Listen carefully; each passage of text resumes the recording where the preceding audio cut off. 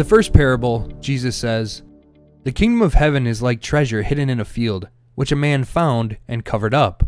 Then in his joy, he goes and sells all that he has and buys that field." Notice, we are not told whether this individual was looking for the treasure he finds or if he has stumbled upon the treasure unexpectedly. All we know is that they have found the treasure on property that does not belong to them. But because the individual has recognized how valuable this treasure is, they cover it back up and then promptly sell everything they have in order to buy that field, presumably to excavate the treasure and take possession of it. Stop and think for a moment how outrageous this really is. This individual has gone all in on this treasure. There is no hedging bets. There is nothing else left. Now ask yourself this: is there anything you long for so deeply, some desire that you would give absolutely everything, in order to fulfill it? And let's ask a follow-up question. What does such an action mean? Doing this means your entire life has become about this one thing. This is an extreme reaction if there ever was one. But notice that right next to it, we have a very controlled and prudent action. Just think of what you would do if you found this thing.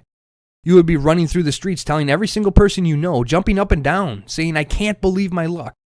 You would be hugging strangers and kissing dogs, or maybe the other way around. In any case, this greatly tempered reaction is not what we would expect.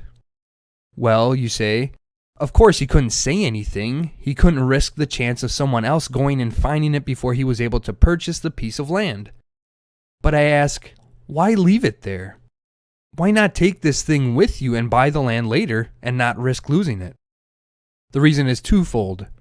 First, the thing cannot be moved. It is only found in one place, and the individual will never take this treasure off of this piece of land. Rather, he will ultimately construct his life so as to exist forever right there where he has found this treasure. Secondly, notice that he must first go and sell all that he has in order to take possession of this location. This will not take place in a day. Rather, it will take him the rest of his life to sell everything he has in order to come up with the sum, for all he has is his very self. What we have in this very short parable is a snapshot of our lives. The treasure in the field is the only thing that could ever satisfy the restless human heart, precisely because the human heart has been hardwired to desire it. The treasure is Jesus Christ, the Son of God incarnate, the kingdom of God in person. And what the eternal word is telling us in this parable is that if we accept the grace to recognize in Him the fulfillment of our every desire, we too will leave all else behind in order to be forever united with Him. For this recognition will have come with the realization that to do anything else would render our lives meaningless. Our second parable offers a bit of a different dynamic. Here Jesus says, "Again, the kingdom of heaven is like a merchant in search of fine pearls, who, on finding one pearl of great price, went and sold all that he had and bought it." In contrast to the last parable, this one makes it obvious that the individual is on the hunt for the object of his desire. Although he hasn't seen it, he knows it's out there. He can feel it in his bones, and he will recognize it when he does see it.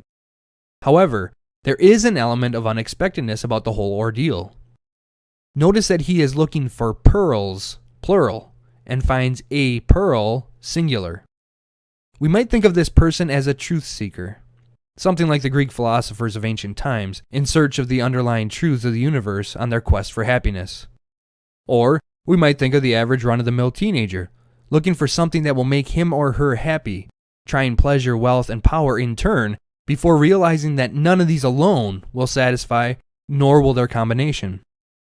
What Jesus tells us in this parable directly contradicts the presumptions of the philosophical and popular culture of our day. Popular culture says we need a lot of stuff to make us happy. And the dominant relativistic philosophy of our time and place says that there are many competing truths out there. So many, in fact, that each person has his or her own so-called truth. Jesus says there is one truth and one source of happiness, and both are Him. By God's grace, recognizing this leads to a spirit of detachment from the world, as exemplified by the individual in the parable. We stop living for the many things the world offers us and live the whole of our lives for this one pearl of great price, for the kingdom of God, to live in loving relationship with our Creator.